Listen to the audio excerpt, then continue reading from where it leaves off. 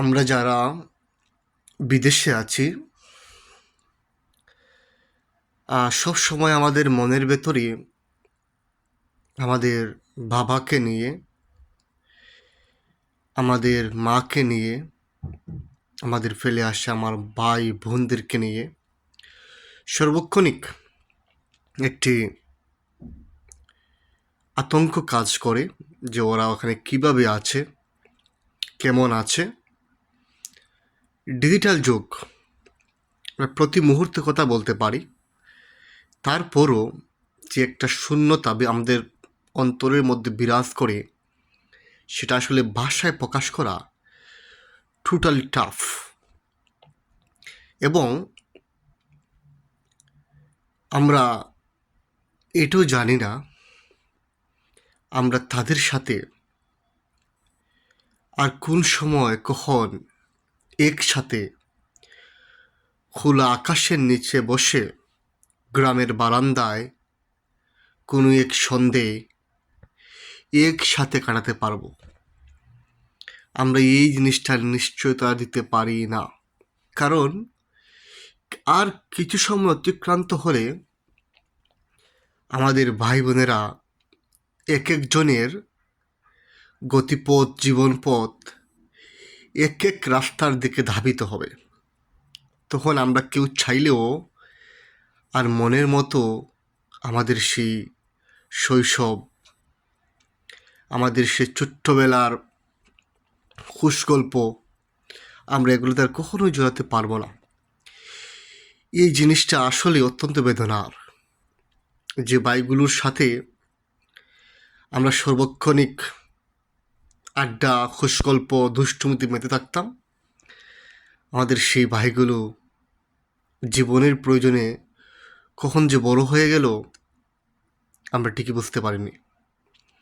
তাদের এক একজনের গতিপথ এক এক দিকে, এক একজনের জীবনের লক্ষ্য এক একটা, প্রত্যেকের লক্ষ্যে পেছনে ছুটতে ছুটতে আমরা আমাদেরকে সময় দিই না। এটাই জীবনের আসল নিতান্ত একটা সহজাত প্রক্রিয়া। তারপরে আসেন আমাদের বন্ধুদের কথায়।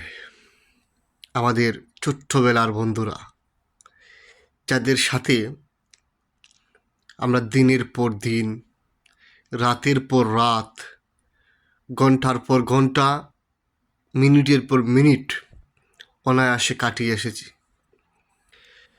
যাদের সাথে একদিন ঘুরতে না পারলে আমরা মনে করতাম আমাদের অনেক কষ্ট হতো, মনে হতো অনেক কিছু আমরা হারিয়ে ফেলেছি। আমাদের সেই বন্ধুগণ আজ অনেকে অনেক শহরে নিজ নিজ অবস্থানে প্রতিষ্ঠিত। তারা প্রত্যেকেই এমন বাজেভাবে বিজি যে একজনের সাথে আরেকজনের যে সাক্ষাৎ হবে সেই জিনিসটা আশা করা আমাদের কাছে মাঝে মাঝে মনে হয় নিরেট বোকামি। মনে হয় আমরা কেউ কারো সাথে কখনোই আর দেখা সাক্ষাৎ করতেই পারবো না। এটা অত্যন্ত অ্যালার্মিং একটি জিনিস আমাদের জন্য।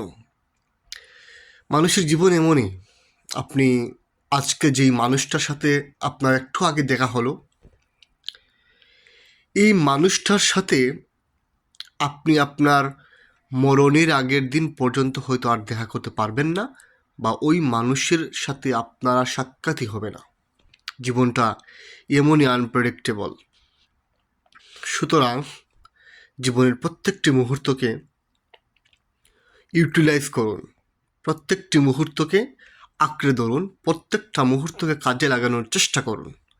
তাহলেই কেবল আমাদের জীবনটা সুন্দর হবে, আমাদের জীবনটা প্রতিষ্ঠিত হবে, আমাদের জীবনটা রঙিন হবে।